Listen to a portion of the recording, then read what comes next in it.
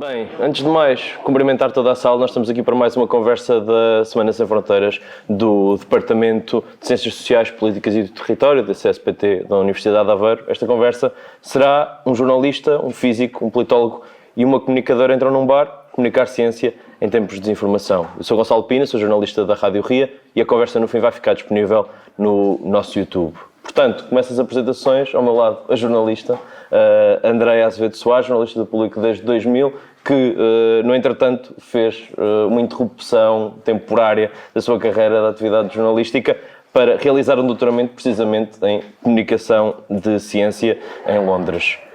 O físico Carlos Fiolhais, professor de Física na Universidade de Coimbra e que tem sido, nos últimos anos, um dos principais divulgadores de ciência em Portugal.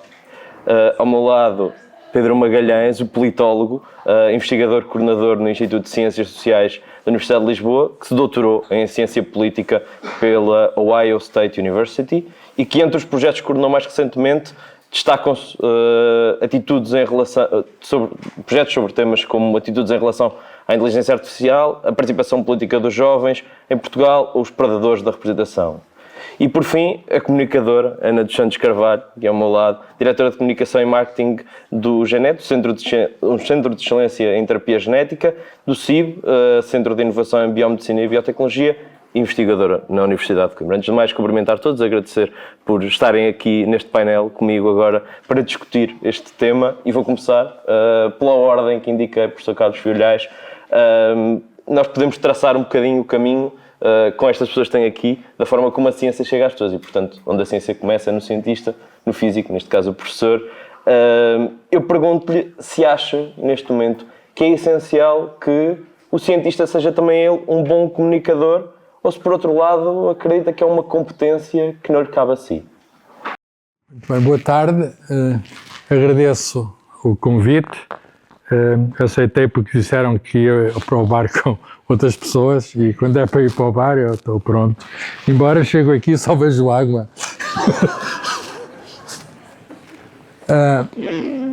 Em 1996 saiu um livro de um cientista e ao mesmo tempo comunicador de ciência, portanto acumulava as duas coisas e com grande qualidade, que é o Carl Sagan. Chamava-se O Mundo Infestado de Demónios.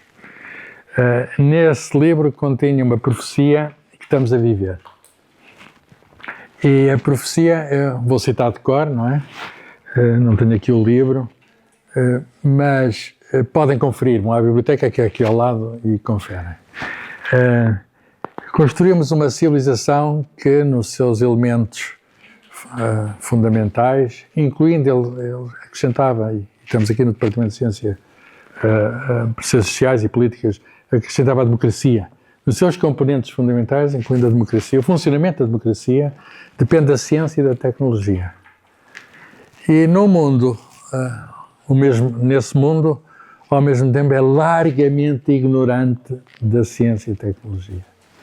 E ele diz que esta mistura entre saber extremo, que está por trás de todas as nossas vidas, e ignorância, que está nas nossas vidas, é uma mistura explosiva que nos ia explodir na cara. Está a explodir. Se olharmos ali para os lados da Casa Branca, vemos que é uma mistura ao mais alto nível de poder e ignorância. Isso significa que há aqui um paradoxo que não é fácil de resolver, não é? Porque, com certeza, a Casa Branca passou por um teste da democracia, não é? É resultado do funcionamento da democracia. Podemos falar muito sobre isso, mas aquilo que é o fundamental da ciência, que não são os seus resultados, que os resultados vão evoluindo, com certeza, cada vez temos mais resultados, mas que é o método, significa a observação, a experimentação, o raciocínio lógico, o espírito crítico, o escrutínio pelos pares, etc. Tudo isso que é fundamental na ciência e que, em grande medida, não exatamente por esta ordem e com pesos variáveis, mas que é o funcionamento da nossa sociedade, tudo isso está em perigo. E, portanto, eu acho que a ciência nunca foi tão importante porque a ciência está, obviamente, ameaçada. Não tenhamos medo de dizer as coisas. Temos políticas que são anti-ciência, temos movimentos anti-ciência, portanto, a ciência é preciso que se ligue mais às pessoas, é esse o problema, não é? Porque senão não votavam aquilo que votaram. É preciso que se ligue mais às pessoas. E aí há várias maneiras e todas elas se podem juntar. Não são concorrentes. Pode ser, com certeza, a escola, a comunicação de ciência formal, que tem de transmitir mais o método da ciência do que propriamente os conteúdos, porque os conteúdos estão mais à disposição. A escola, os média, e estou aqui na presença de jornalistas e que sabem muito bem o que eu estou a dizer, quer dizer, os média têm um papel importantíssimo, mesmo nesta altura, ou talvez principalmente nesta altura em que há esta pulverização, em que cada um pode ser emissor de qualquer coisa, e os próprios cientistas, que é indireta à pergunta. Fui dar uma volta, mas não me esqueci. Os próprios cientistas têm também a obrigação, eu até diria a obrigação profissional, bem, têm a obrigação de cidadania, como pessoas, mas têm a obrigação também profissional porque, em princípio, sabem sobre certos assuntos, os assuntos deles, mais que os outros.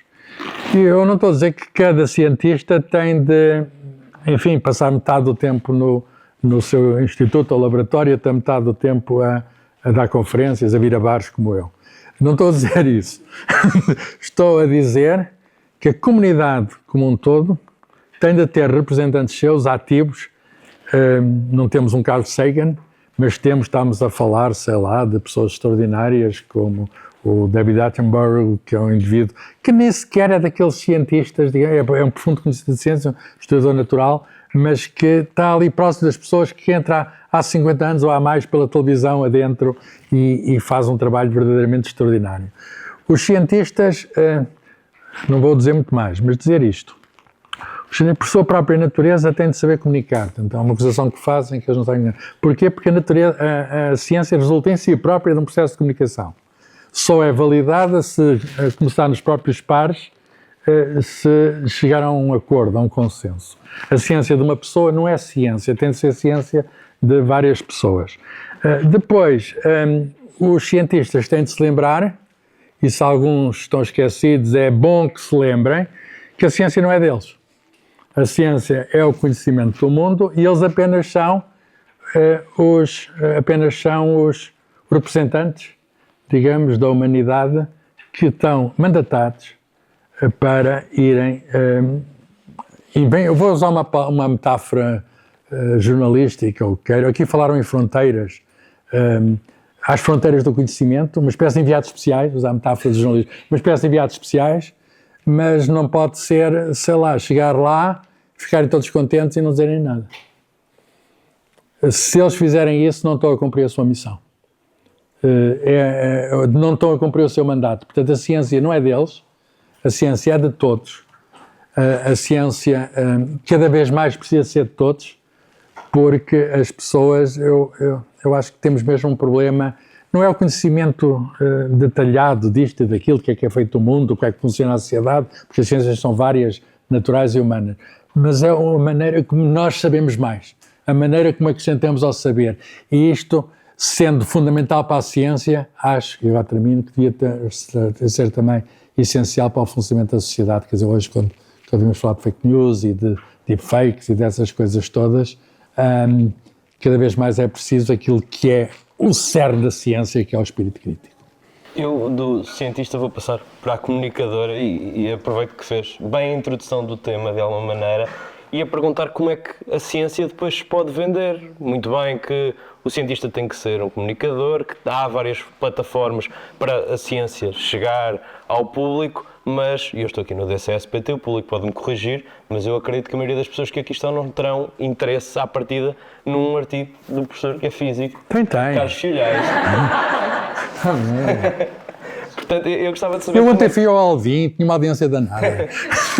Podem procurar o Alvin sobre inteligência artificial, tem interesse. Pá. Mas eu ia lhe perguntar como é que a ciência, que é uma coisa que à partida pode não parecer a coisa mais interessante do mundo, chega ou deve chegar às pessoas.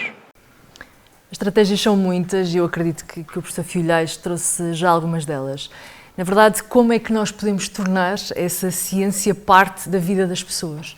Acho que quando trazemos exemplos práticos, que mostramos às pessoas o quão a ciência pode ser relevante no seu dia-a-dia, pode ser uma estratégia para eles perceberem que a ciência não está só dentro das paredes da universidade, não está só nos gabinetes dos investigadores, mas sim na rua e no nosso dia-a-dia. Esta estratégia de levar a ciência mais para as escolas, de a criação, e trago aqui, e dou sempre como exemplo a relevância da rede Ciência Viva para democratizar um bocadinho mais a ciência no nosso país e poder trazê-la de forma mais disseminada para todos e para todas que queiram saber dela, ou às vezes também nem para todas, porque na verdade todos hoje temos redes sociais e se nós conseguirmos de alguma forma trazer a ciência e a qualidade da ciência, o rigor da ciência, às vezes num pequeno post, numa pequena conta nas redes sociais, estamos a trazer qualidade e estamos a trazer rigor dessa ciência. É claro que temos que perceber qual é o nosso público e, por vezes, quando queremos chegar a todos os públicos, acabamos por não conseguir chegar a nenhum. Por isso, saber exatamente quem é que temos à nossa frente, qual é esse público, quais são os seus interesses e tentar ir ao encontro desses interesses. É claro que se nós quisermos comunicar com um público adulto ou com um público jovem, a estratégia tem que ser diferente. Se nós trouxermos, por exemplo, para um público jovem, quando vamos a uma escola, algo que seja mais palpável, mais hands-on, uma experiência que eles possam perceber e trazer analogias para aquilo que é a sua realidade, o seu mundo, se calhar conseguimos deixar as primeiras sementes para que no futuro sejam crianças, jovens e adultos mais disponíveis para conhecer ciência. Eu não sei se nós podemos trabalhar imediatamente só numa faixa etária. Acho que tem que ser algo que nós temos que trabalhar em todas as faixas etárias para tornar as pessoas mais capazes com esse espírito crítico, que eu acho que é algo que nós temos perdido muito ao longo do tempo, discutir mais com as pessoas o que é na verdade uma notícia verdadeira. O que é isto da fake news e como é que nós, enquanto cidadãos e cidadãs, conseguimos olhar para uma notícia e perceber, será que uma notícia ou um post ou algo, será que aquilo que eu estou a ler aqui é verdade? Será que devo questionar o que estou a ver? Será que devo perceber onde é que esta informação foi retirada? Eu acho que todas essas ferramentas, e estarmos aqui todos, e de facto os cientistas e os investigadores têm um papel fundamental nisto, mas acho que todos aqueles que têm um mínimo interesse por ciência e podem ter um papel fundamental, não só no nosso dia-a-dia, no nosso grupo de amigos ou na nossa família, se nós os questionarmos, porque às vezes chegam ao pé de nós e dizem aconteceu isto ou aconteceu aquilo.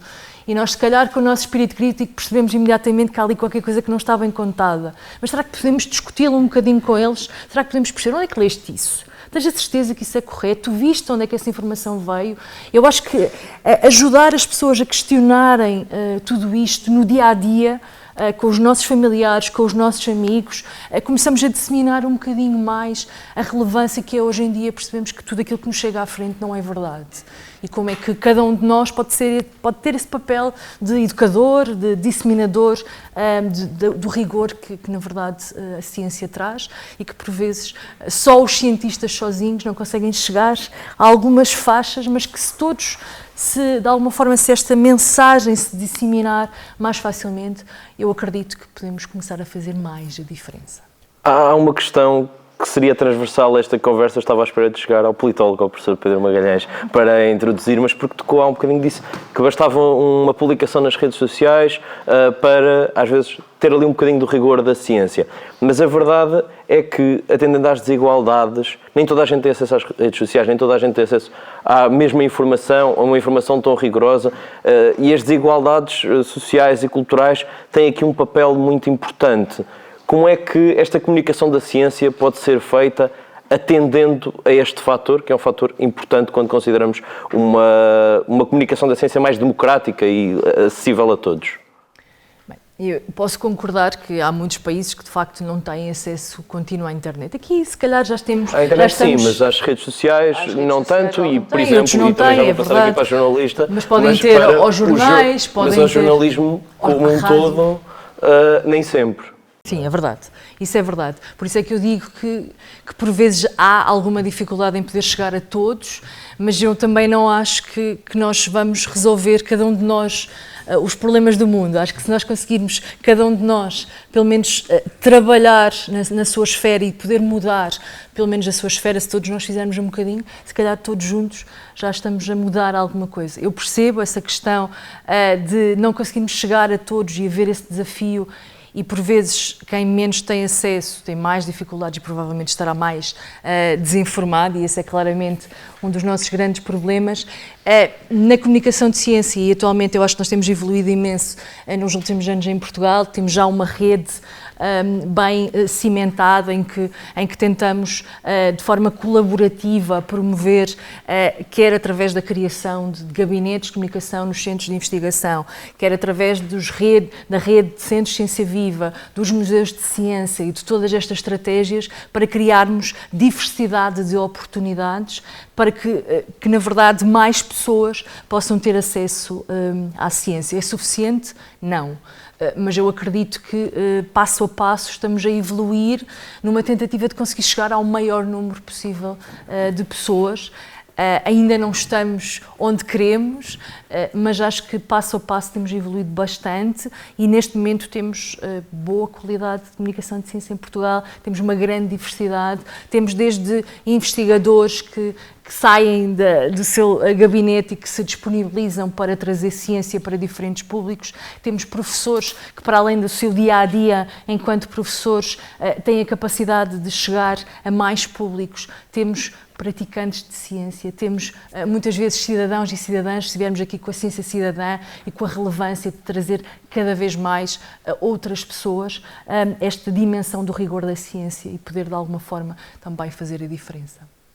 André, agora volto-me para si para perguntar depois como é que esta ciência que temos estado aqui a falar, e até porque o professor Carlos Filhais colocou o jornalismo como uma peça fundamental desta comunicação às pessoas, como é que ele chega como é que chega a ciência às redações? Já vem de uma forma que os jornalistas consigam tratar, e isto também sobre uma questão que eu vou colocar a seguir, mas jornalistas que podem não ser assim tão especializados naquele tema, é o suficiente aquilo que a comunicação da ciência faz quando entrega, digamos assim, a ciência às redações?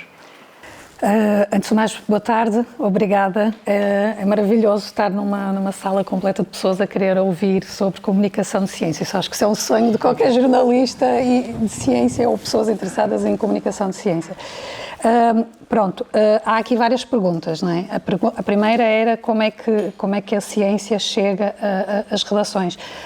Isto varia muito de órgão de comunicação social para órgão de comunicação social. Eu vou falar do caso do Público, que é um jornal que fez história em Portugal no jornalismo de ciência que faz. É uma escola que foi criada pelo José Vítor Malheiros e que depois houve uma continuidade que foi dada pela Teresa Firmino, que é editora de ciência do jornal. Portanto, há um historial muito forte de jornalismo de ciência no Público. Só o fato de quando... Agora, a nossa leitura do jornal é mais desestruturada, é online, através de URLs, é fragmentada. Mas quando pensávamos no jornal enquanto um produto, pensar que desde o início havia ali páginas dedicadas para a ciência todos os dias, já mostra a importância que aquele jornal dava e dá a ciência. E eu neste momento não escrevo na ciência, só para contextualizar, eu sou jornalista de clima e faço parte de um projeto do Público dedicado à crise climática, que é o Azul. Mas isto para dizer, acho que eu vou falar do caso do Público, mas é um caso muito específico no ecossistema mediático português. Depois, o Expresso também, no fundo, o Público foi beber um pouco a essa experiência também do Expresso, tinha esse carinho pelo jornalismo de ciência. portanto, eu estou a falar de um lugar privilegiado, isso para dizer, não é? Nós, como todos os órgãos de comunicação, recebemos os chamados comunicados de imprensa, ou press release, que são produzidos pelos tais gabinetes que a Ana falou. Portugal já está numa fase muito avançada, eu já tive a oportunidade de morar em outros países. Eu acho que os nossos gabinetes de comunicação das universidades não devem rigorosamente nada.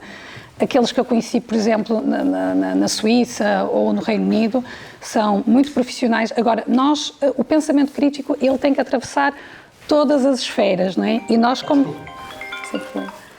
jornalistas, também temos, tal como os leitores, tal como os alunos, nós jornalistas também temos que ativar o nosso pensamento crítico. E, portanto, quando eu recebo um comunicado de imprensa, eu ativo o meu pensamento crítico. Porque eu sei qual é o papel do assessor de imprensa, do comunicador de ciência que produziu aquele produto. Ele, no fundo, quer vender, e aqui o vender não tem um sentido pejorativo, mas ele está a comunicar um conhecimento que foi produzido na casa que lhe paga, não é? E, portanto, eu tenho que olhar para aquilo com um olhar crítico, da mesma forma que eu quero que os meus leitores leiam a notícia que eu escrevo com um olhar crítico, e muitas vezes apontam erros, falta de precisão, algum enviesamento, e é por isso que nós temos no público o Público Errou, não é? Que é uma secção. Esses mecanismos são muito importantes e são mecanismos que nós não temos nas redes sociais. Esse é um dos problemas, podemos falar disso mais à frente. Mas isto para dizer, eu quando recebo comunicado de imprensa, ele é muito importante para mim, ele ajuda-me muitas vezes a perceber melhor aquilo. Eu vejo os assessores de imprensa, os comunicadores de ciência que estão nas universidades como facilitadores nesse sentido, mas eu tenho que ler o paper original, eu preciso tentar perceber. Já aconteceu no público, é muito raro, mas já aconteceu de detectarmos gralhas nos números. Portanto, eu não posso tomar o comunicado de imprensa como a verdade e construir a verdade jornalística nesse sentido, porque a verdade é todo um conceito. Eu acredito que já está no público desde 2000, portanto acredito que o tempo de jornalismo tenha mudado também, ou seja, as coisas hoje são todas muito mais rápidas. Sim. Há tempo para continuar a fazer isso? Recebe o comunicado de imprensa, ainda vai ver o paper e consultar para ter a certeza? E nós usamos, isso também depende do tempo que nós temos, mas repare, nós recebemos os comunicados de imprensa mais cedo.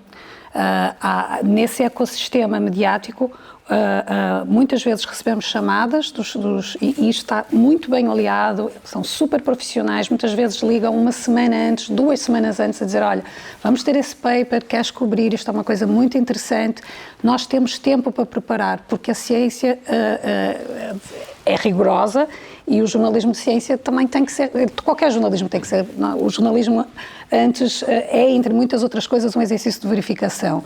E, portanto, é importante. Isso não quer dizer que não façamos jornalismo de ciência em cima da hora. Às vezes acontece, não é? A demissão de um ministro, sei lá, um tremor de terra que ninguém estava à espera e é preciso explicar como é que caracterizar aquela atividade sísmica. Portanto, também fazemos isso em cima da hora e é passível de haver erros. No caso específico de um conhecimento que foi produzido na universidade com tempo, revisto por pares, finalmente publicado, nós recebemos essa informação com antecedência e podemos consumir antes. E depois há da mesma forma que o jornalismo foi evoluindo, nós também vamos absorvendo novas ferramentas. Cada jornalista tem a sua técnica. Eu uso muito o Notebook LM para tentar, às vezes, sei lá, chegam 3, 4 artigos científicos, há uma pressão muito grande de tempo, eu não consigo ler todos, para pelo menos tentar perceber o que é que eles querem passar, qual é a mensagem principal e quais autores poderão ser úteis para um trabalho que eu estou a fazer sobre um determinado tema, por exemplo. Ou tentar perceber se aquela ideia já foi defendida por outro autor mais cedo. É quase como um assistente, não é? Como se eu tivesse um assistente de pesquisa. E disse também que o público era um caso muito específico, porque priorizou desde cedo a ciência. Sim. E o jornalismo em ciência. Mas acredita que as redações, de uma maneira geral, em Portugal, porque estamos em Portugal, que têm este cuidado a ter um jornalismo especializado em ciência, de pessoas que percebam exatamente aquilo que estão a tratar? Olha, eu... muito honestamente, não sei responder porque não trabalhei em outros jornais diários, só trabalhei no Público. Colaborei com a RTP durante algum tempo, mas não... Agora, eu acho também que é assim, se um jornal não tem uma equipa dedicada especificamente para um determinado tema, isto já vai se refletir na qualidade do trabalho produzido. Ou seja, eu não acho que seja de ter bons jornalistas ou não ter bons jornalistas, eu acho que é um pouco aquela empresa ou aquele órgão de comunicação social eleger aquilo como uma prioridade. Não é? Por exemplo, o Público, que eu saiba, é o único órgão de comunicação português que tem uma secção unicamente dedicada ao clima, à crise climática. Isto é uma aposta, não é? E que é possível graças a um projeto que traz financiamento especificamente para esse fim. Nós temos, por exemplo, a Fundação Carlos Gulbenkian, a Associação Biopolis, o Aletrão, entidades que não estão diretamente ligadas aos combustíveis fósseis, que acham que é importante produzir literacia climática e deram dinheiro com total independência para nós produzimos esse conteúdo, estas notícias, essa cobertura jornalística do clima. Agora, isso são apostas. Eu tenho a certeza que qualquer órgão de comunicação, se montar uma equipa dedicada à ciência, vai ter boa qualidade. Agora, é preciso fazer essa aposta e pagar para que os jornalistas se especializem e dê tempo, não é? Dizer, olha, hoje fazes uma perninha nos casos do dia, agora ligas para este bombeiro para ver o que é que aconteceu e agora chegou este paper, faz aí uma coisa rapidinho. Aí não dá. Aí não se faz jornalismo de ciência assim rapidinho, isso não existe. Muito bem, voltando-me agora para o professor Pedro Magalhães, há um bocadinho, o professor Carlos Filhais dizia que estava a explodir na nossa cara tudo isto e eu gostava de perceber como é que nós podemos interpretar este fenómeno. Temos os tais movimentos anti-ciência, temos muita desinformação em torno da ciência. E tendo em conta tudo aquilo que já ouvimos, porque já ouvimos todas as pessoas ligadas à ciência falar um bocadinho sobre todo o fenómeno e sobre aquilo que se pode fazer, o que é que não está a ser feito e como é que podemos interpretar? Bem, antes de mais, obrigado pelo convite e muito contente por estar aqui. Eu estava a ouvir tantas coisas, fiquei com tanta vontade de dizer imensas coisas e agora, de repente, são coisas a mais. Vou tentar cingir-me à pergunta. Eu acho que nós temos aqui algumas coisas que são... E o Carlos falou um pouco sobre isto e eu talvez tentava desfiar por aí. Temos algumas coisas que são um bocadinho paradoxais ou noutra situação, dilemas, não é? Quer dizer, nós por um lado, e eu lembro-me aqui há 10 anos o que eu achava sobre as redes sociais, por exemplo. Eu achava que as redes sociais iam ser ótimas para a ciência. E até tive uma pequena... Quer dizer, dou uma ilustração. Uma vez o Público tinha um artigo sobre um índice qualquer, já não lembro o que era, e havia um erro no artigo. E eu fiz um tweet a dizer, atenção, que há aqui um problema. E passado meia hora, o Público, na edição online, mudou o artigo em reação. Eu pensei, isto é uma coisa incrível, porque todas as pessoas vão estar aqui a ver, esta informação vai circular, vai haver uma verificação de erros, e nós vamos poder fazer chegar aquilo que a nossa investigação, os cientistas vão poder chegar a sua investigação a um público muito mais vasto. Pronto, e 10 anos depois, ou 15 anos depois, a minha opinião sobre isto mudou completamente, não é? E mudou porquê? Ou em que sentido? É um bocadinho uma coisa que dizia o Carlos, é que esta ideia, pegando nos exemplos do clima ou das vacinas, que são talvez os exemplos mais paradigmáticos de como a verdade científica, ou pelo menos a verdade provisória científica, que é sempre provisória, se vê, no fundo, transformada num assunto politizado. Isso acontece, em grande medida, devido a uma democratização da produção de informação. Se informação chamarmos bits que circulam, não é? E aos quais as pessoas têm acesso. Se eu for um comunicador competente e resolver transmitir um conjunto de teorias da conspiração, eu hoje chego a muita gente. Antes das redes sociais havia um monopólio, ou digamos, um oligopólio de produção, de intermediação desta informação que desapareceu. Então nós ficamos aqui com uma coisa um bocado paradoxal, que é, há uma espécie de democratização, há uma massificação, não só no consumo, mas na produção de informação, que tem como resultado colocar o conhecimento científico em crise, em dúvida. Não do ponto de vista dos cientistas, mas do ponto de vista da sua apreensão social, do ponto de vista da sua aceitação social, do ponto de vista da sua compreensão pela população como um todo. Portanto, isto é uma primeira maneira como eu acho que nós chegámos aqui. Outra maneira como eu acho que nós chegámos aqui, outra coisa sobre a qual eu mudei completamente de opinião é, eu sempre tive a ideia de que era fantástico que as políticas públicas e que a decisão política se baseassem na ciência. Sempre tive esta ideia. Evidence-based policy making, né? Vocês já ouviram falar nisto. E todos estes anos depois, eu tenho imensas dúvidas. Quer dizer, eu continuo a achar que é melhor que uma decisão política esteja fundada em investigação do que não esteja. Mas também sei ver os efeitos perversos disso tudo, e vocês sabem quais são. Os políticos manipulam a ciência, não é? Para legitimar as suas decisões. Os políticos usam a ciência para passar responsabilidades sobre decisões que não querem tomar. Mas nós hoje em dia, e muitos aqui têm esse exercício, não é? De somos avaliados e apresentamos projetos e lá dizemos, e tal, houve aqui as políticas, houve um contacto com o Ministério não sei quê, no qual o nosso estudo foi importante, ou fomos citados, ou fomos... Quer dizer, isso por trás disto há uma ideia super perversa, que é a ciência boa é a ciência útil. É a ciência que pode ser usada para tomar decisões e para mudar as coisas e melhorar o mundo. A ciência não é isso. A ciência é um procedimento, é um método. Mas nós hoje estamos, e até hoje ouvimos com inusitada frequência dos responsáveis políticos, a ideia de que a ciência boa é a ciência útil. É a ciência que ajuda a sociedade, que faz crescer a economia, que faz isto e aquilo. E isso é algo que tem como último resultado muito do que estamos aqui a discutir, que é somos contaminados. Quer dizer, se eu não gostar deste governo, deste ministro, das suas políticas, eu passo a também não gostar da ciência que fundamentou, supostamente, essas políticas e essas decisões. Portanto, duas coisas aqui, e já estou a falar muito, mas só para vos descrever duas maneiras como eu mudei de ideias. Mudei muito de ideias.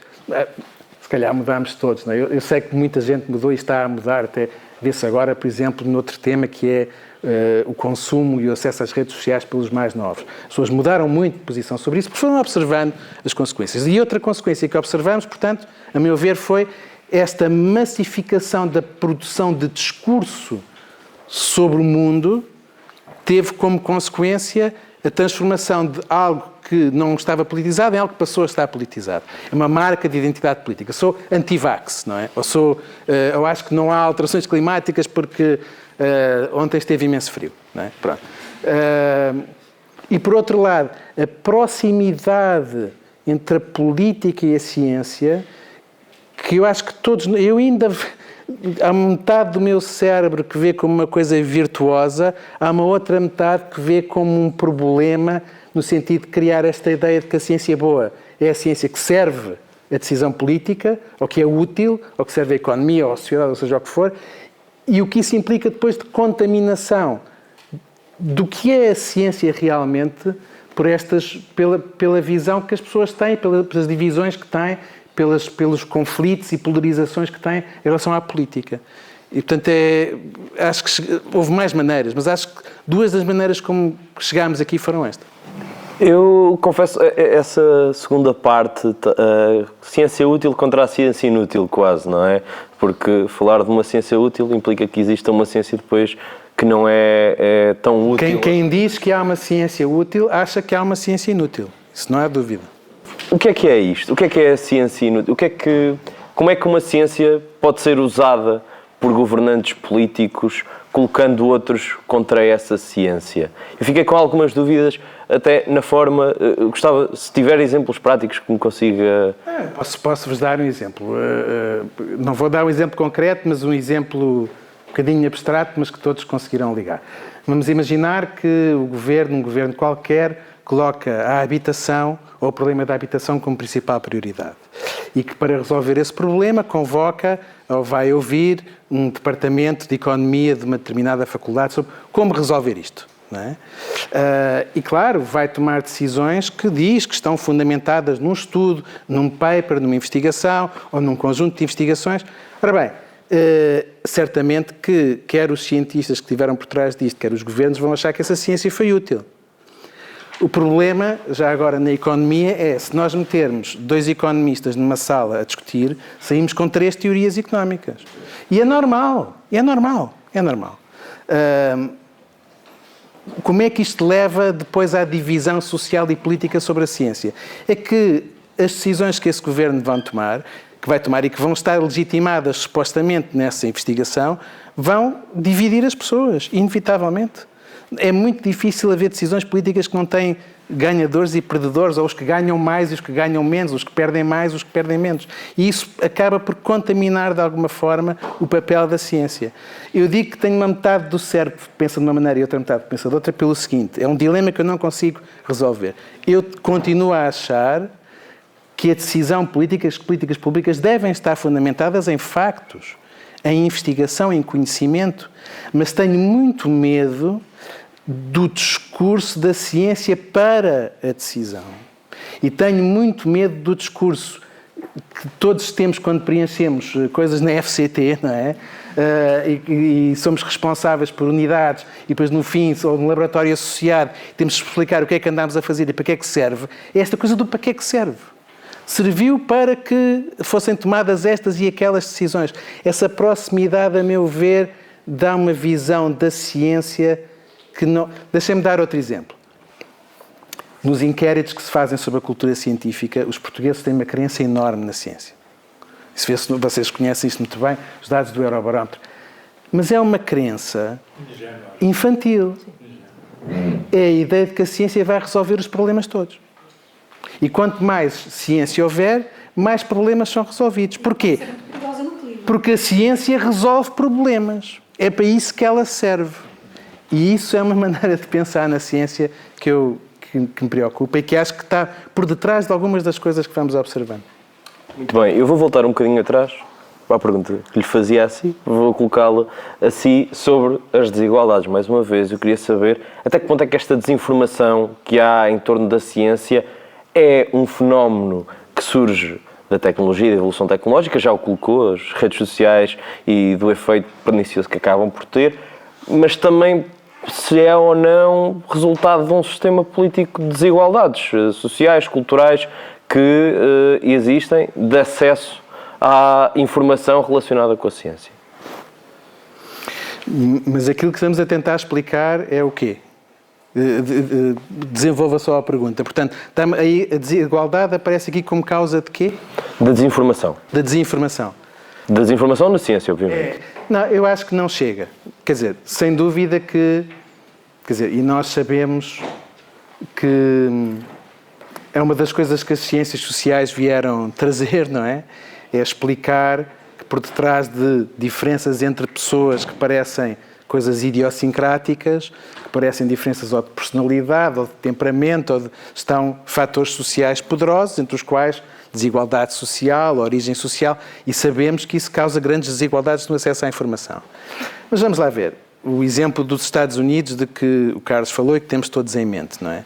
Quer dizer, se nós imaginamos, quer dizer, as pessoas todas que votam ou que votaram no Trump, ou quando se lhes pergunta o que é que acham sobre o clima, aquelas pessoas todas são ignorantes, desinformadas, pobres, quer dizer, não são. Outra coisa que as ciências sociais mostram, já agora a ciência política mostra, já que estamos aqui nesta casa, não é? É que as identidades políticas, as preferências são poderosíssimas. Quer dizer, nós olhamos para um gráfico da evolução da opinião pública sobre qualquer tema, não é? Em particular, imaginem o desempenho do governo americano num tema como o clima. Quer dizer, quando o governo muda, as opiniões de republicanos e democratas invertem-se completamente. As pessoas, a identidade política, as nossas é uma coisa poderosíssima e que é capaz de vencer a informação e a desinformação. Ou a crença. E, portanto, eu acho que as desigualdades são, sem dúvida, importantes, mas nós não podemos imaginar que, se reduzíssemos as desigualdades, se puséssemos todas as pessoas numa ação de formação sobre que isto iria resolver os problemas, não ia, porque a identidade política, o meu grupo e o outro grupo, são coisas de tal maneira poderosas que são muito difíceis de vencer dessa maneira. Andréia, voltando a si, eu queria perceber, porque também o Pedro falava da confiança dos portugueses na ciência, que é uma coisa que existe muito e que está muito presente do ponto de vista jornalístico. Sente isso? Sente que as pessoas abraçam aquilo que é escrito sobre a ciência com confiança, ou a desinformação que existe vem de outros sítios? Não sei responder. Resposta honesta. Científica. Não sei. Nós nos perguntamos isso, essa questão, nós, jornalistas de clima e ambiente, colocamos-nos muitas vezes, aliás, não se pode dizer colocar, nós pomos essa questão a nós próprios muitas vezes. Nós, quando pensamos no leitor, no fundo, nós temos um leitor ideal, não é? Que é uma figura que nós imaginamos, e muitas vezes é o tio que senta ao nosso lado na ceia de Natal e que não percebe muito bem e diz: tu que és jornalista de clima, que tempo é que vai fazer amanhã? E depois tens que explicar que clima não é exatamente a mesma coisa que meteorologia, enfim. Ou pode ser uma pessoa mais erudita, quer dizer, eu não acho que o meu atenção, só para dizer, não acho que o meu leitor é esse tio. O que eu quero dizer é, nós não sabemos exatamente quem é o nosso leitor. Nós temos estudos, e eu vejo todas as semanas para tentar perceber género, faixa etária, isso é importante. Aquilo que a Ana disse que é muito importante, que é sabermos adaptar o nosso discurso, a nossa linguagem, a própria estrutura do texto, a nossa audiência, isso é fundamental. Mas o que eu quero dizer é que muitas vezes é um leitor imaginado. Eu tenho, acho que todo jornalista tem um leitor que imagina mais ou menos quem é o nosso leitor, e vamos tentar acertar, mas isto é um bocadinho a tirar dardos de olhos fechados, porque eu não sei exatamente. Portanto, se me pergunta o que é que ele acha, o que é que ele não acha, não sei. Nós temos pistas. Eu tenho cuidado, eu faço a gestão de uma rede social do Azul, em parte por causa disso. Gosto muito, eu preciso dessas pistas, eu preciso de algum tipo de eco desses leitores. Nós, no final dos nossos textos, temos o nosso e-mail. Acho que é importante esta abertura para que as pessoas nos escrevam, seja para elogiar, seja para dizer isto não é nada inteligente, isto que a jornalista está a escrever não está certo por causa disso. E isto também é uma forma de obter essas pistas. E os comentários. Neste momento é preciso ter em mente que os comentários do público estão reservados a assinantes, o que já torna a nossa amostra mais filtrada. Tendo dito isso tudo, eu tenho ideia que os leitores do público valorizam muito a ciência. Não quer dizer que não veja comentários de vez em quando, tipo, mas ainda ontem vocês disseram que as barragens estavam cheias e agora há alterações climáticas e vamos ter problemas de água no futuro, como este cientista está aí a dizer. Pronto, a gente também vê esse tipo de comentários e pronto. Mas, de uma forma geral, eu sinto que os nossos leitores valorizam a ciência, o que não significa que não estejam imunes à desinformação. Aliás, uma das coisas que é importante dizer, à luz até da intervenção maravilhosa que o Daniel fez antes de nós, aliás, é difícil até ter esta conversa depois daquela apresentação, desinformação não é um fenómeno novo e não vem com as redes sociais. As redes sociais criam uma distribuição diferente e um sistema diferente, mas elas já existiam. Se nós formos ver os livros da Hannah Arendt, ela descreve muito bem como é que a desinformação era produzida e disseminada. Portanto, o que nós temos agora é um desafio de tentar perceber como é que, nesse novo sistema e com uma capacidade de chegar às audiências de uma forma que nós não tínhamos antes, como é que podemos combater? Eu não sei se respondi a sua pergunta, desculpe começar com não sei, mas é um pouco isso. Não... Muito bem. Ana, agora eu queria-me voltar para si, para perceber, porque muito do trabalho que faz é tentar trazer a ciência para públicos diferentes, para realidades diferentes. Falo da Noite Europeia dos Investigadores, que acontece em Coimbra, também na Universidade de Coimbra o concurso da tese em 3 minutos. São coisas que tentam de alguma maneira simplificar e tornar mais inclusiva de alguma maneira a ciência. Isto é uma coisa que nós podemos dizer, a ciência pode ser inclusiva?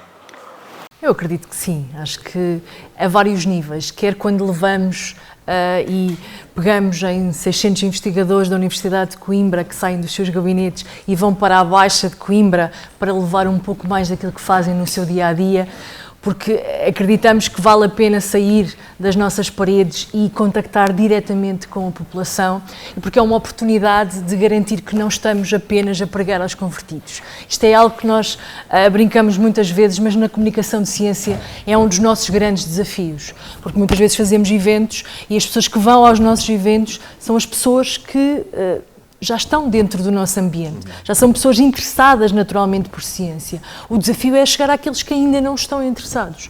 Por isso, ser capaz de organizar um evento onde vamos interagir com pessoas que não estão nesses convertidos, pode ser uma estratégia para conseguir aumentar o grupo de convertidos, se é que eu me faço entender. Ou seja, ir para a rua, ir para um bar, que é uma modalidade aqui também muito típica e que existe em várias cidades por todo o país, o PubHD, o Pint of Science, o 3 minutos tese, que é uma oportunidade não só de deixar as primeiras sementes nos jovens cientistas enquanto estudantes de doutoramento e que os tornarão no futuro futuros grupos, líderes de grupo ou investigadores séniores mais motivados para também incentivar os mais jovens dos seus grupos a fazer comunicação de ciência, e é uma oportunidade de disseminar também a ciência feita pelas universidades, pelos centros de investigação de uma forma diversa, e o vídeo ou uma apresentação pública tem impacto nas pessoas. Ou às vezes estávamos a falar das redes sociais, do bom e do mau e desta dualidade, às vezes convencer um cientista ou um projeto de investigação a ter uma rede social forte, com capacidade de fazer diferentes formatos, às vezes até ir para o TikTok, que continua a ser ainda um desafio muito grande para nós, pelo público com que estamos a trabalhar, porque muitas vezes quem faz as redes sociais não é jovem o suficiente para perceber como fazer bem para esses públicos. Por isso, essa necessidade de perceber bem quem é o nosso público, de o identificar, de trazer coisas que sejam próximas desse grupo, é um desafio, mas eu acredito que quando trabalhamos em conjunto, quando criamos redes, quando discutimos sobre estes temas, conseguimos fazer cada vez melhor. E aqui trouxemos já alguns exemplos de como é que levar a ciência para diferentes lugares, para lugares menos convencionais, pode ser uma oportunidade para chegar a pessoas que podem nem nunca ter percebido que a ciência era algo que lhes interessava, porque podem nunca se ter cruzado verdadeiramente com ela. Por isso, criar estas oportunidades, criar formas de levar a ciência de maneira diferente e focada, pode ser uma das respostas. Não é de todo a resolução de todos os nossos problemas, mas pode ser um contributo. Nesses momentos, sente-se que as pessoas têm ou podem ter interesse, ou há um desinteresse generalizado, tal como se esses momentos não existirem? Há de tudo. Vou-vos dar um exemplo dos desafios que são na rua. Nesta Noite Europeia dos Investigadores, em que nós, quando passamos, e como coordenadoras, muitas vezes não conseguimos ver os pormenores, mas conseguimos sentir o que é que está a acontecer nas ruas, nós vamos ao longo das ruas da Baixa, apreciando o que é que está a acontecer em cada uma das bancas, e vemos crianças fascinadas, os pais também interessados, porque querem sempre, de alguma forma, dar resposta àquilo que são os desafios que as suas crianças lhes levantam depois quando vão para casa e fazem perguntas. Então, e tu estiveste atento àquilo? E às vezes eles vêm-se aflitos e querem saber bem o que é que aconteceu. Mas também vemos pessoas mais idosas que por acaso iam a passar, que iam até fazer umas compras ali ao mercado e que acabaram por tropeçar naquela atividade. E foi algo que lhes despertou por alguma razão. E os investigadores estão lá, convidam as pessoas a virem conhecer um bocadinho melhor aquilo que fazem, e vemos pessoas fascinadas. Lembro perfeitamente, e o professor Carlos é de Coimbra e conhece esta realidade, de um casal, uma vez, logo numa das primeiras edições que viemos para a Baixa, que se veio ter comigo e perguntou: é a menina que está a organizar isto? Eu, sim, estou aqui a ajudar. Era só para lhe dizer que é muito bom ver os cientistas a descerem lá do alto e a virem aqui para o pé de nós partilhar aquilo que fazem connosco. Eu acho que são momentos destes que valem a pena e que nos mostram que, de facto, todo este investimento, todo este trabalho em pegar na ciência, em trazê-la para as pessoas, vale a pena, e que temos que o continuar a fazer com os desafios do dia-a-dia, com os desafios de conseguir arrancar muitas vezes os investigadores, mas muitas vezes, quando fazemos coisas com qualidade, depois acabamos por motivar outros que nunca pensaram nisto a participar, e assim vamos rolando e fazendo crescer esta motivação, por um lado, dos cientistas para partilhar a sua ciência e, por outro lado, também dos cidadãos e cidadãs que se tornam mais interessados e mais motivados e abertos a ouvir. Professor Carlos Filhais, eu não sei se já tem conta no TikTok, mas eu gostava de saber sobre estes formatos mais curtos em que se tenta transmitir ciência de forma algo simplificada. Se do ponto de vista do cientista isto não pode abrir também lugar a alguma desinformação, isto porque a ciência é toda ela muito minuciosa e cuidada. Ter um formato mais simplificado não pode fazer com que pareça menos fundamentada de alguma maneira? Não, todos os formatos são bons. Eu não estou a dizer que os formatos longos que são mais eficazes. Olha, a tudo científico é experimentar para ver. E estamos a experimentar e há coisas... Às vezes depende muito menos do formato do que a qualidade do emissor. A pergunta vinha mais no sentido de perceber se a ciência, estando comprimida quase, se aparece... Não, eu acho que pode-se transmitir qualquer mensagem de ciência no espaço que se quiser. E os jornalistas de ciência sabem muito bem isso, sabem que os títulos são importantes. E o título é que é a porta que diz venham para o artigo. E, portanto, tal como os jornalistas escolhem bons títulos, nós também, cientistas, muitas vezes, não, sempre temos cuidado com os títulos dos nossos artigos. Queria que a mensagem fique clara, porque a parte de ninguém vai ler aquilo, a não ser que o chamemos através do título.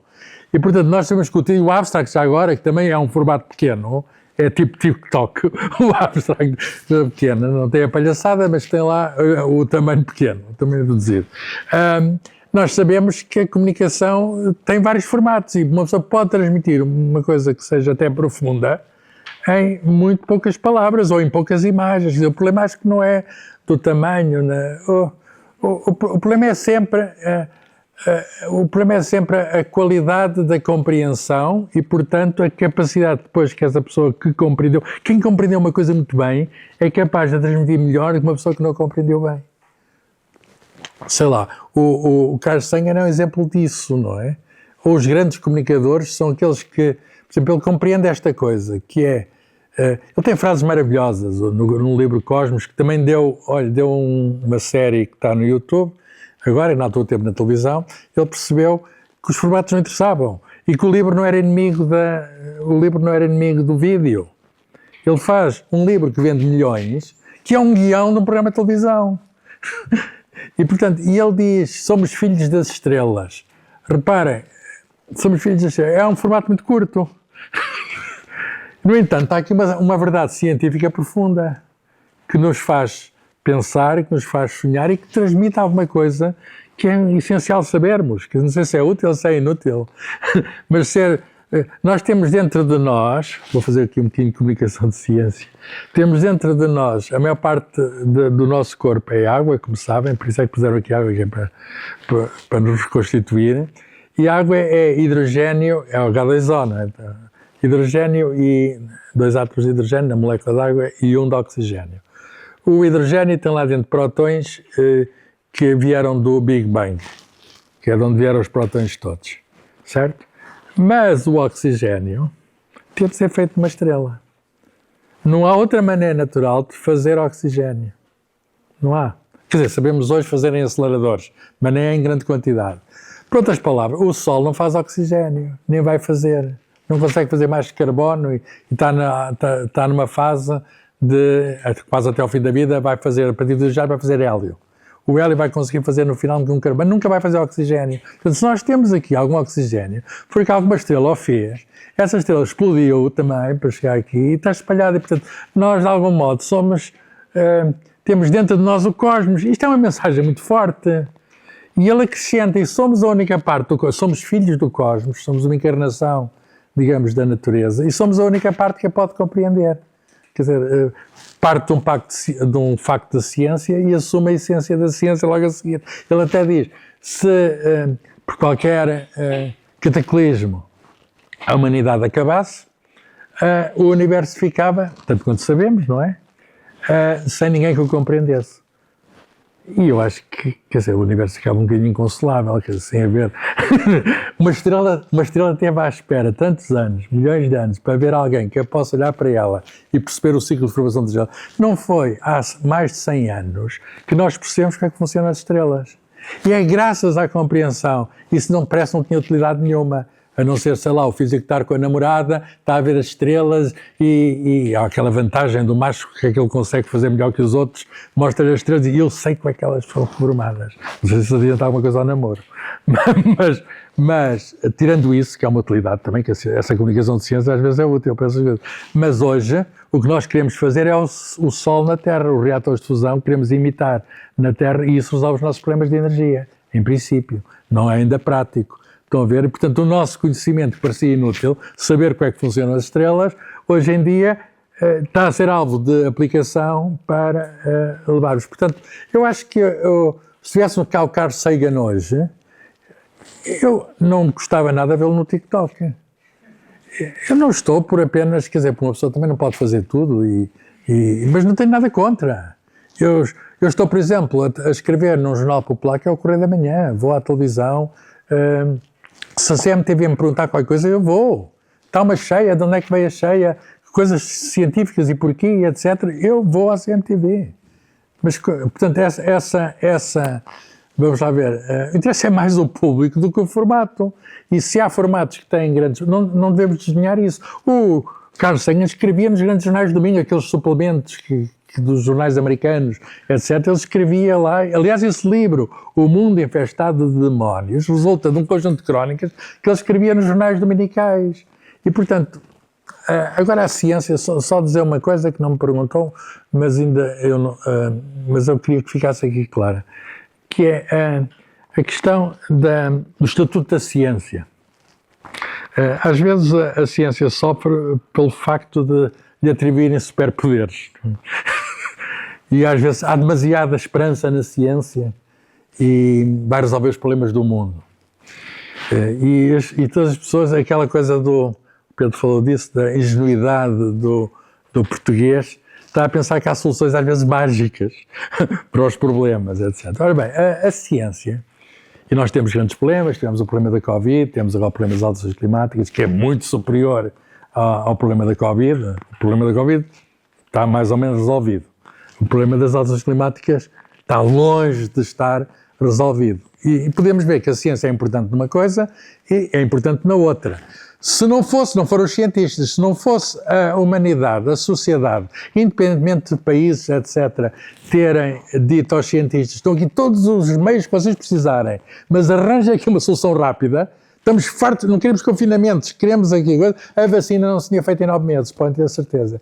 E houve um momento da humanidade quando uns turcos muçulmanos que estavam num laboratório em Mainz, uma startup, comunicam com uma empresa que tinha um grego ortodoxo da outra empresa, a Pfizer, e num telefonema, sem nunca se terem visto, chegam a um acordo. Isto dá-nos algum otimismo.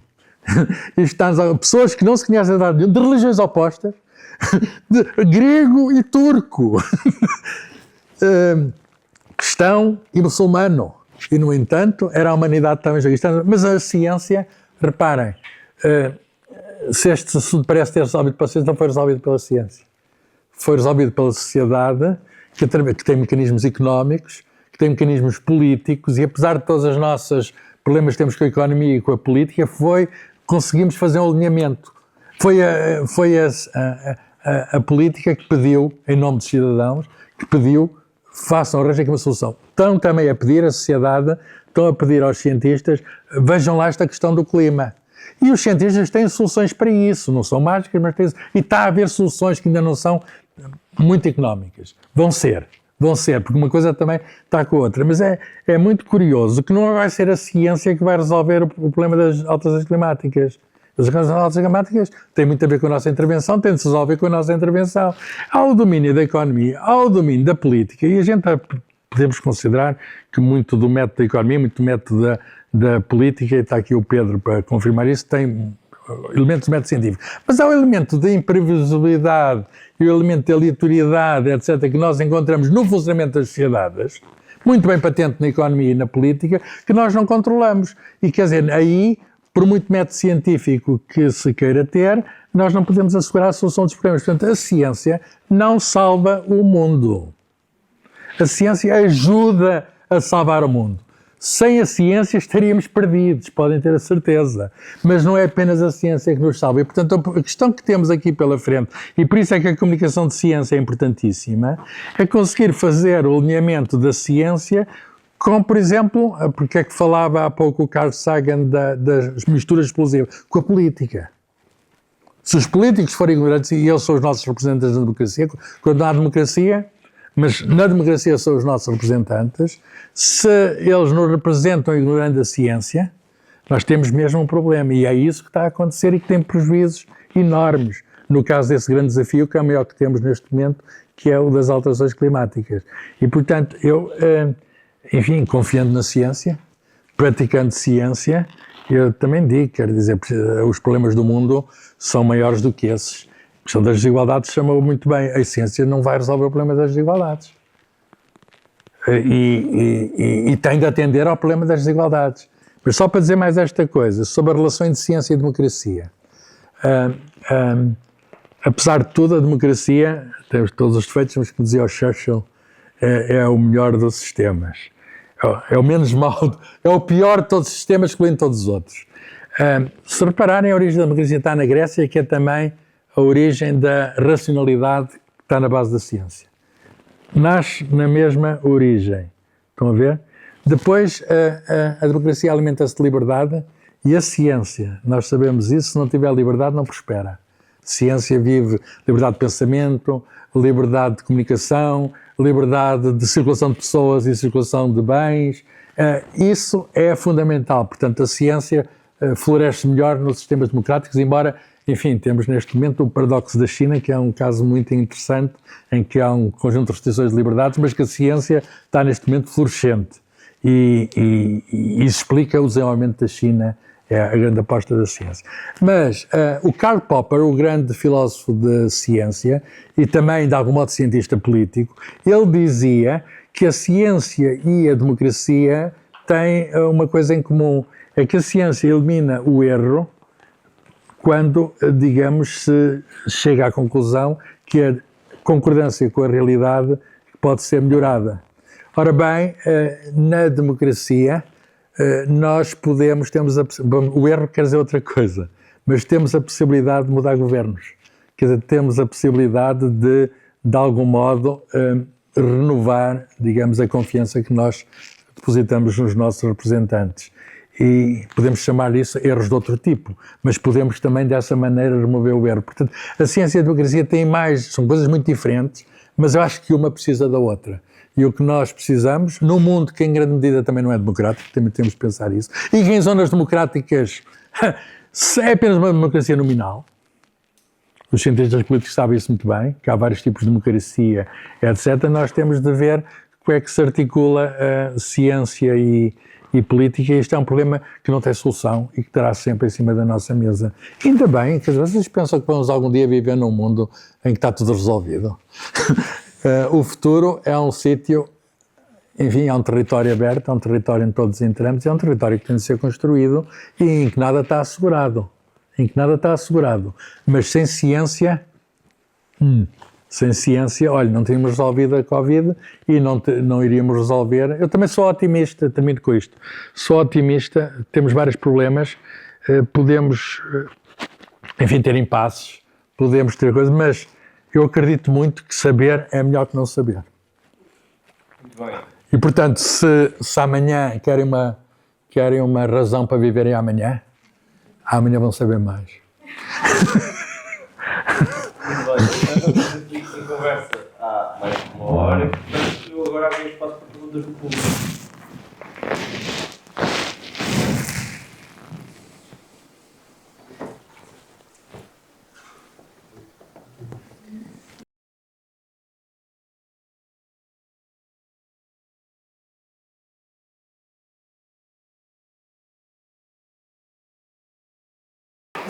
Só para desafiar.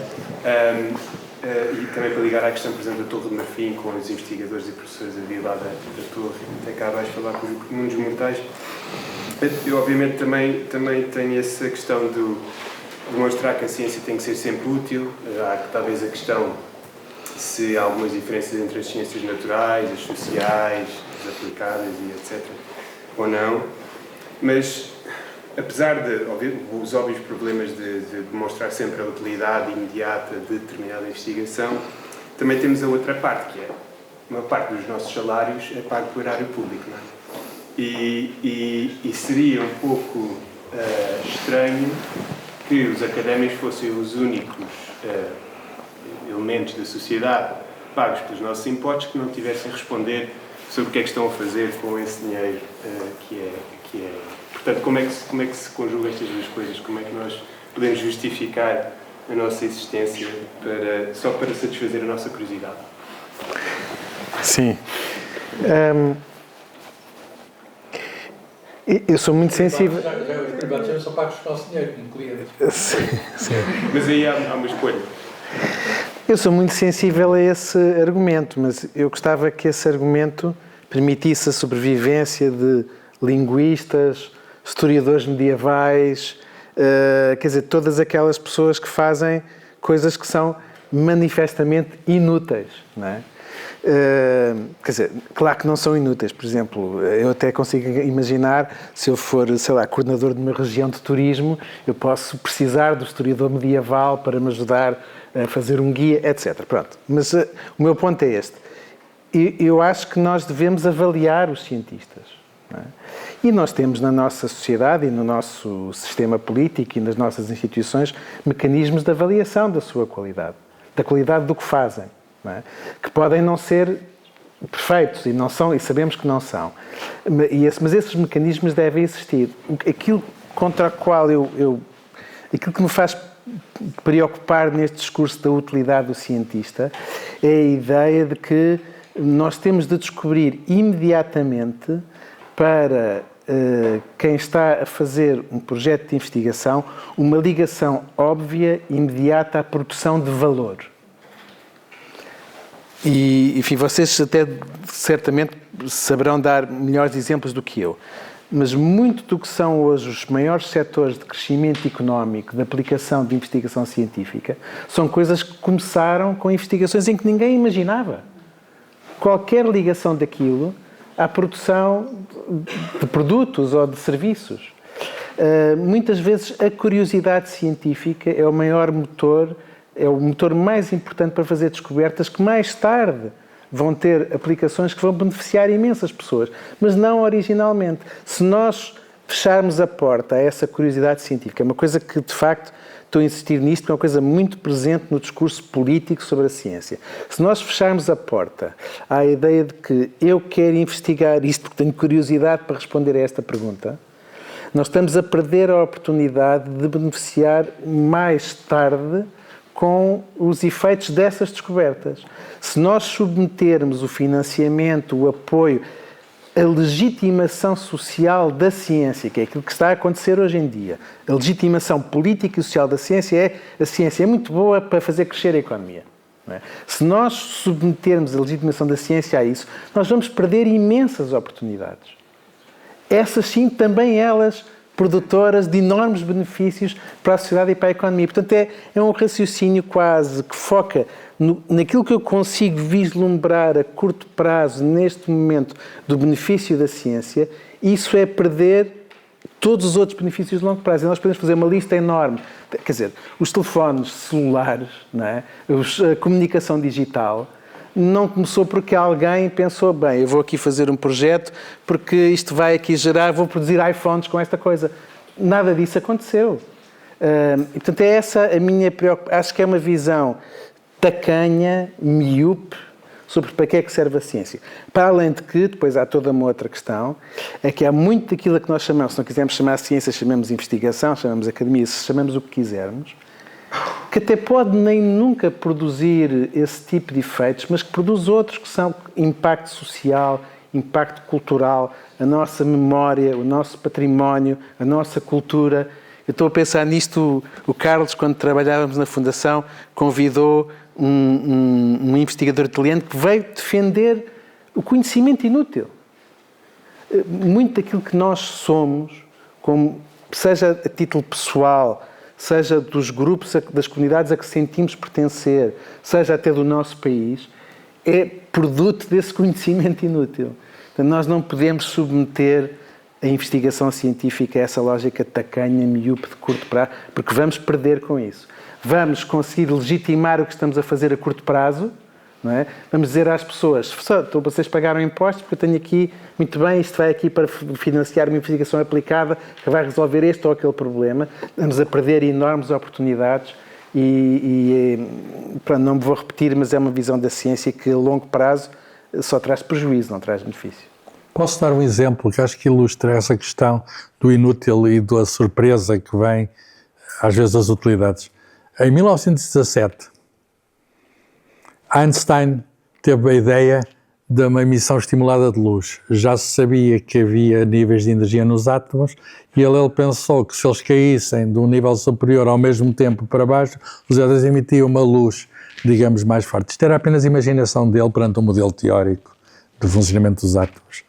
É a ideia do laser. Pois bem, isto foi durante a Primeira Guerra Mundial. Só durante a Segunda Guerra Mundial se conseguiu concretizar esta ideia para micro-ondas, luz invisível. Maser. Foi o primeiro laser, foi um maser. Microwaves, amplified, etc. Pois bem, foi só em 1960, e eu sei exatamente o dia porque é o Dia Mundial da Luz, 16 de maio de 1960, que se acendeu num laboratório americano o primeiro laser de luz visível, concretizando a ideia de 1917. Na altura, alguém acendeu aquilo, um laser de rubi vermelho, olharam para aquela luz vermelha, que é a primeira vez que aparecia uma luz, que hoje é banal, não é? E disseram, aqui está uma invenção, chamou-se isso, uma invenção que não serve para nada.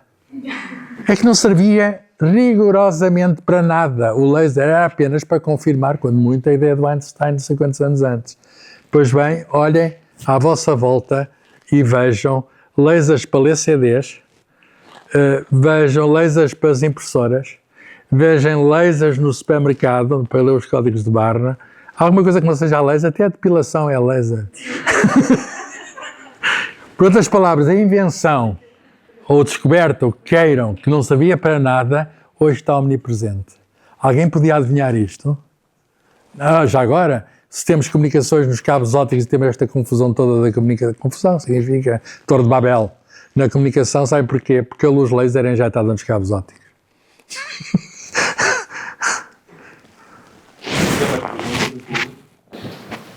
Posso colocar uma pergunta, talvez rápida, mas uma inquietação, sobretudo trazendo a escala temporal. Nós, nos últimos 70 anos, também tivemos uma transformação, não nos últimos 10 ou 15, mas nos últimos 70 anos tivemos uma transformação gigantesca da nossa sociedade, colocámos a população mundial mais que publicado as emissões de gases de efeito de estufa, todos os impactos que tivemos nos últimos 70 anos, quando conquistámos coisas tão boas como a grande pacificação da nossa sociedade, a globalização vista com a arquitetura de muitos outros. A minha preocupação é, pensando no ritmo a que hoje produzimos ciência, a hiperproliferação de produção científica, o tempo que nos dão para fazer ciência, que também foi trazido, o tempo que nos dão para fazer jornalismo, o tempo que nos dão para fazer arte, os artistas estão constantemente a ser pressionados para produzir peças rapidamente. E, portanto, esta hiperproliferação da ciência, num mundo em que já muitas vezes desacredita a ciência ou não a recebe da melhor forma, coloca-nos também desafios importantes, ou seja, temos tempo para abrandar o tempo, para refletir sobre o que fazemos no jornalismo, na arte, na ciência e na comunicação, porque se calhar fazemos tão rápido e tão bem, temos tempo para parar, ou vale a pena parar, vale a pena refletir nesta noção de tempo naquilo que fazemos? Posso enviar uma pergunta? Sim. Tem que ver com, há pouco, no segmento que estavam a falar da ciência útil e inútil, a importância que tem a ciência inútil. Eu queria perguntar se de facto toda a ciência é comunicável, no sentido estrito como estamos aqui a entender. De facto, ela é comunicável no que o escrutínio faz. Mas a ideia desta naturação que a própria ciência também exige, se de facto ela tem que ser toda comunicável. Porque a comunicação é o fornecimento do entendimento das duas partes, a emissão e a recepção de uma mensagem que se entende por parte do receptor. Isso ainda pergunta era muito sobre muito esta. Se temos que assumir essa responsabilidade enquanto cientistas de comunicarmos essa ciência no estado de maturidade que ela esteja. Eu acho que na minha opinião, toda a ciência é comunicável. Como é que o fazemos? Isso, por vezes, temos que ver qual é o nosso público, porque estava a falar para além dos pares, ou seja, para outros públicos para além dos pares. Eu acho que sim, que toda é comunicável. O desafio pode ser perceber como é que isso vai acontecer e como é que somos capazes de o fazer perante o nosso público, a capacidade que o público tem, o conhecimento que o público tem para poder absorver essa informação e o quanto é que nós já conseguimos fazer próxima desse público. Mantendo rigor, podendo dar a primeira camada ou toda a profundidade desse conhecimento, acho que vai depender muito de quem é o público que temos à frente. Podemos, se calhar, numa primeira fase, dar uma informação mais restrita e ao longo do tempo poder ir aprofundando, por exemplo. Acho que depende muito aqui da realidade a que nós nos propomos e quem é verdadeiramente o nosso público. Contudo, eu acho que com trabalho, com discussão, e hoje em dia muita da nossa ciência é multidisciplinar, acho que há sempre possibilidade de pensarmos a estratégia e a forma de comunicarmos. Não sei se mais alguém quer pegar nestas perguntas, que não foram para bem dirigidas. Eu concordo totalmente com a Ana. Eu acho que qualquer conhecimento científico é comunicável. Às vezes o desafio é muito maior. Nós, jornalistas, somos muitas vezes ajudados, na maioria das vezes, ajudados pelos comunicadores de ciência, porque realmente quando já chega um comunicado de imprensa que já dá uma ideia de uma metáfora, e isso foi uma coisa que ainda não falamos aqui, eu acho muito, muito importante, a metáfora e a analogia na comunicação de ciência. Fala-se muitas vezes de rigor e de precisão, e eu compreendo esses conceitos e respeito, mas o texto jornalístico sobre um determinado conhecimento científico que foi produzido nunca vai ser igual ao paper que foi publicado. E é por isso que existe o jornalismo de ciência. E nós podemos ser rigorosos ao comunicar esse conhecimento científico usando uma metáfora que não é igual ao conhecimento. Isso acontece, por exemplo, nos romances e outros livros através da tradução. Uma tradução não é igual ao original, não é suposto. Uma adaptação de um livro para crianças ou outros públicos não é igual ao original e pode ser igualmente rigoroso. E, portanto, à luz dessa ideia de que vai ser sempre uma coisa diferente, eu acho que todo conhecimento é comunicável. Vamos encontrar metáforas. O que nós, jornalistas, fazemos muitas vezes é voltar a ligar para as fontes. Aliás, foi uma coisa que eu não referi antes. Além de ler o paper, nós, sempre que possível, falamos com os autores. Com o primeiro autor ou com o autor sénior daquele artigo científico. E muitas vezes o que eu faço é pegar o telefone e dizer, olha, eu estava a pensar em comparar esta estrutura da membrana celular com isto, posso? E muitas vezes o cientista diz, olha, eu acho que isto não é muito assim por causa disso. E muitas vezes chegamos juntos a uma metáfora, ou seja, até a comunicação da ciência é muitas vezes colaborativa nesse processo e é muito bonito. Aliás, foi por isso que eu fui para o jornalismo de ciência, porque eu me deslumbro com o conhecimento científico e o jornalismo de ciência, apesar de pagar muito mal, é uma possibilidade que eu tenho de ouvir essas pessoas e aprender com elas. É maravilhoso. E com isso termino só que naquilo que tanto o Pedro como o professor Carlos estavam a falar sobre a ciência, a parte que me cabe do meu imposto, que é muito baixo, que é proporcional ao meu salário, eu fico muito contente que os jornalistas usem, que os cientistas usem para produzir ciência inútil, porque acho que nós também temos direito ao deslumbramento, e nós esquecemos disso aqui, não é? Eu, quando era criança e via imagens de satélite, que eram divulgadas pelas agências especiais, para mim, aquilo não tinha nenhuma utilidade imediata, mas aquele deslumbramento foi muito importante para mim. Eu acho que a ciência também deslumbra.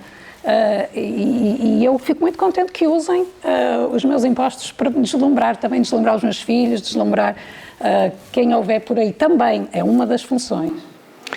Eu posso reagir à pergunta anterior sobre o tempo. Eu acho que nós estamos numa encruzilhada neste momento, em que eu acho que todos temos a noção de que há qualquer coisa que vai mudar radicalmente, mas ainda não sabemos como.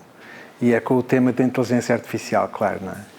Eu dou-vos um exemplo. Eu não sei o que é que se está a passar noutras áreas da investigação, mas há um cientista político que pegou no Claude Code, portanto, pegou no... E basicamente deu instruções à plataforma para gerar um paper que replicasse um paper que ele tinha escrito, mas com novos dados, e que o analisasse. E o paper saiu e está bastante bom. Bastante bom. Ele analisou depois aquilo e pediu um painel de pessoas para tentarem reproduzir o trabalho que o paper tinha feito, de análise estatística. Era uma coisa sobre eleições. E aquilo tinha alguns erros, mas estava bastante bom. E a partir desse momento, o que é que está a acontecer? Neste momento há um economista que está a produzir 1000 papers sobre o mesmo tema, usando a mesma plataforma, portanto, uma pessoa 1000, e vocês multipliquem isto por toda a comunidade científica e imaginem o dilúvio que já está aí, não é? E esse dilúvio preocupa-me de duas maneiras.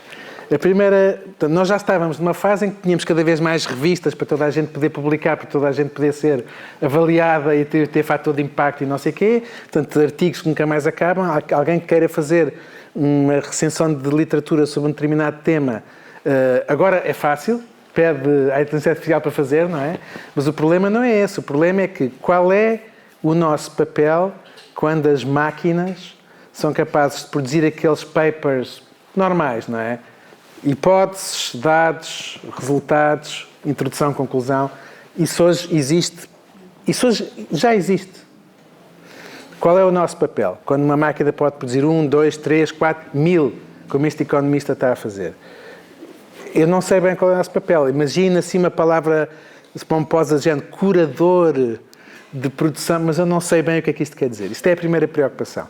A segunda preocupação e outra tem a ver com a maneira como começamos esta discussão, que é qualquer político que queira produzir 1000 papers a defender a sua ideia, pode fazer isso hoje.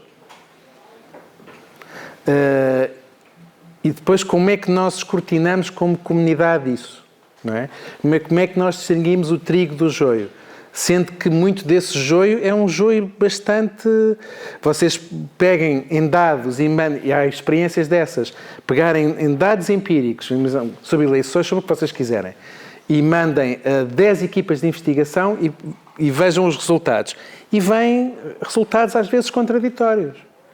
E, portanto, se de 1000 papers que eu mandar o Claude Code fazer vier a mesma conclusão, como é que depois nós, como comunidade, avaliamos isto? Eu estou só aqui a lançar questões para as quais eu não faço a mínima ideia do que vai acontecer. Já pensei várias vezes que não é mau que me vá reformar daqui a não muito tempo, porque eu já não sei bem qual é que vai ser o meu papel e o nosso papel. Nós temos que pensar muito nisto, porque isto está a mudar uma velocidade incrível. Isto é uma coisa muito interessante. Este problema é apenas chegarmos ao fim e não termos tempo para tratar agora disto. Eu tenho um livro recente, Inteligência Artificial da AZ, que é uma espécie de dicionário que comecei a escrever no Correio da Manhã e percorre os vários temas. E esta questão, acho que é uma questão com a qual estamos confrontados agora. É outro desafio. Tivemos a pandemia, temos a inteligência artificial, temos o clima e temos também a questão da inteligência artificial, que nos coloca este dilema perante a questão do tempo. Deixem cá ver se eu consigo resumir o meu pensamento sobre isto, porque, de facto, isto suscita a nossa reflexão, ou deve suscitar a nossa reflexão. Aquilo que chamamos de inteligência artificial não é mais nem menos do que a tentativa de imitarmos alguma das nossas faculdades. E a maneira como conseguimos fazer é interessantíssima. Usamos redes neurais artificiais. Até no próprio processo estamos a imitar aquilo que faz os neurónios do nosso cérebro. Nós temos um número extraordinário de neurónios, sei lá, tantos como, mais ou menos, ordem de grandeza como há estrelas na Via Láctea. Temos aqui uma coisa espantosa de nós, e o que é ainda mais espantoso é que de cada um vão 100 ou 1000 para os outros, perto e longe, e portanto o que nos caracteriza é a rede, digamos, que aí não conseguimos imitar Portanto, não conseguimos imitar numa máquina. Há coisas que o computador consegue imitar os humanos e há coisas em que o computador não consegue imitar os humanos. Agora podemos debater se nunca conseguirá, se vai conseguir. Ora bem, nas coisas em que consegue imitar os humanos, sei lá, jogar xadrez, etc., não vale a pena. Eles são mais rápidos e a questão do tempo põe-se. A questão do tempo põe-se. E a rapidez percebe-se muito simples. Nos neurónios, é a física agora que explica. Nos neurónios, a informação é transmitida quimicamente, são íons. Íons são pesados, são átomos que faltam alguns elétrons, são cargas muito pesadas. Ao passo que nos circuitos do computador são eletrões muito leves. Portanto, a velocidade de um computador, nanosegundos. A velocidade de um humano é microsegundos, mas será sempre. Portanto, nós temos a escala própria humana e temos a escala, digamos, sim, a escala dos coisas. Portanto, o que é que vai acontecer? Já está a acontecer. Estamos confrontados com esse dilema, coisas que nós podemos e devemos continuar a fazer e coisas que com certeza podemos fazer, mas eles fazem melhor. Temos de escolher quais são as coisas umas e quais são as coisas outras. Isso não é fácil assim fazer de repente, precisamos de tempo. Não é fácil fazer de repente, mas eu estou convencido que o computador vai ser muito útil e vamos deixar de dar valor aos papers no seu número porque carrega-se no botão e saem muitos. Mas um criador de ciência sabe muito bem que se quiser, sei lá, ter uma ideia do mundo, nós temos uma relação especial com o mundo e com a sociedade, ter uma ideia do mundo e aquilo que chamamos de intuição, podemos no limite chamar gênio, que é uma coisa que as máquinas não conseguem. Portanto, eu não direi que é bem decorador, a certa altura dizemos que a nossa tarefa de humanos não é apenas produzir em quantidade, mas produzir em qualidade a compreensão. E, portanto, infelizmente, habituámos a produzir em quantidade e a medir em quantidade. O melhor cientista é o que faz mais papers. Não. O melhor cientista pode ser aquele que fez apenas 2 ou 3 artigos, mas são artigos que, de facto, são transformadores. E é esse dilema que nós temos de... Quer dizer, os computadores não nos vão passar, pelo menos tão cedo. Nós é que temos de pensar qual é o nosso papel e isso é uma reflexão muito útil do ponto de vista humano, quer dizer, eles confrontam-nos connosco próprios. A questão é sempre quem somos. A questão é sempre essa, quer dizer, quem somos e o que é que somos capazes. Não podemos considerar-nos derrotados por haver coisas que nós estamos habituados a fazer, eles fazem melhor. Se reparar na história das máquinas, o progresso sempre foi isso. Coisas que nós fazíamos, força bruta até, e as máquinas fazem melhor. E depois? Até gostamos. Por exemplo, a questão de ter agora mais tempo para outras coisas. Nós queixamos da falta de tempo. Talvez, se a semana de trabalho não for 5, for 4 dias, etc., talvez não seja má ideia que as máquinas possam fazer alguma coisa. E, portanto, percebo a angústia do tempo, mas o tempo é um conceito, sendo físico, sendo física, a ocupação do nosso tempo é humano. A ocupação do nosso tempo é humano. E acho que, enfim, há quem não possa escolher a ocupação do seu tempo, mas é o maior privilégio que nós podemos ter, é poder alocar o seu tempo. Em particular, alocar o tempo a coisas que as máquinas não podem fazer, como afetos, etc. Sim, terminamos a agradecer Carlos, Andreia, Ana, Pedro, por terem estado neste painel. Mais uma vez, reforço, a conversa vai estar disponível depois no YouTube da Rádio Ria. Agradecer a todos também pela presença.